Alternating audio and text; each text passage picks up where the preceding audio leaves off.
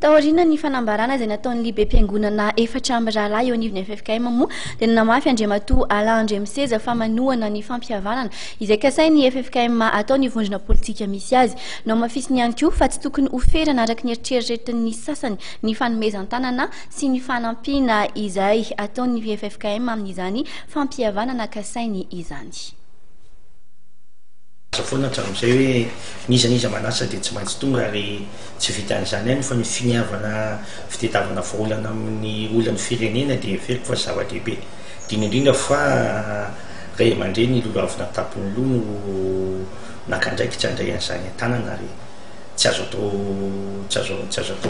tsinotsinona zany ary verina fa tsy maintsy andraisan'ny mpanao politika rehetra fanapa-kevitra sy anjara mba ho ahitana izao tontolo izao fa ny malagasy dia mahay mirahina ary afaka mifampiresaka rehefa tonga ny fotoana rehefa ny olona hiverina fa tena mahavita ary manana ny fahendrenanao an'izany no manao ny fampihavanana. Resaka fampihavanana io ary veriko fa tsy manakana mihitsy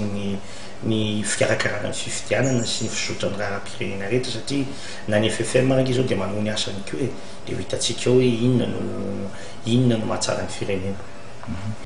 Everiko fa ny fiangonana ny voalohany manana ny fomba fanao amin'ny hoe rakitra ny mamety angamba tsy mety satria tsy mitovy ny